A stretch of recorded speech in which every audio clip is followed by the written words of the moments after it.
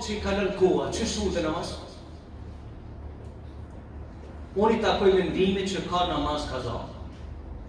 Unë i takoj mendimit të shumicës absolute, të fukahave, të gjitha mëdhëve, të fillu prej Ebi Hanifës, Imam Malikut, Ahmed bin Hanbelit, edhe Shafiit. Do me thonë të gjithë dietarët e mëdhëve ka namaz kaza. Mirë po, mos pajtimi është te arsyet e namazit kaza. Mos pajtimi është te arsyet e namazit kaza. Për shembull, namazi që falen kohën e vet, quhet namaz edhe namaz kohën e vet. Momenti kur ti ka lënë koha, quhet namaz kaza. Vetë ti gjusisht.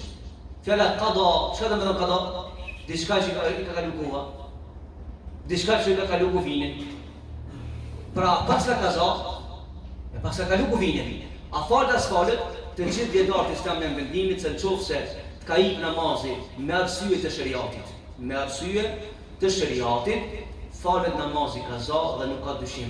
Këta e ka bën pejgamberi sallallahu alaihi wasallam. Ju e dini hadithin që transmeton Buhariu dhe Muslimi, kur pejgamberi sa ditë se ka fol sabahin, trekën e akşamin. Dhe del Yasin. Dhe ka thënë njëri prej shokëve vet, hadith e sahih.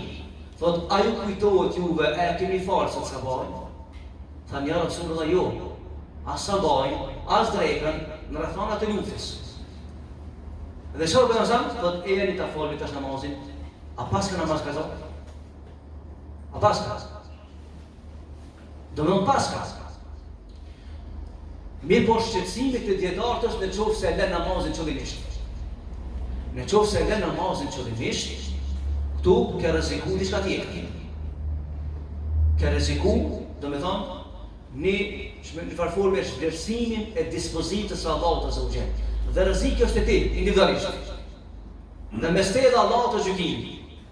Qoftë se ke rënë pa arsye të shariatit.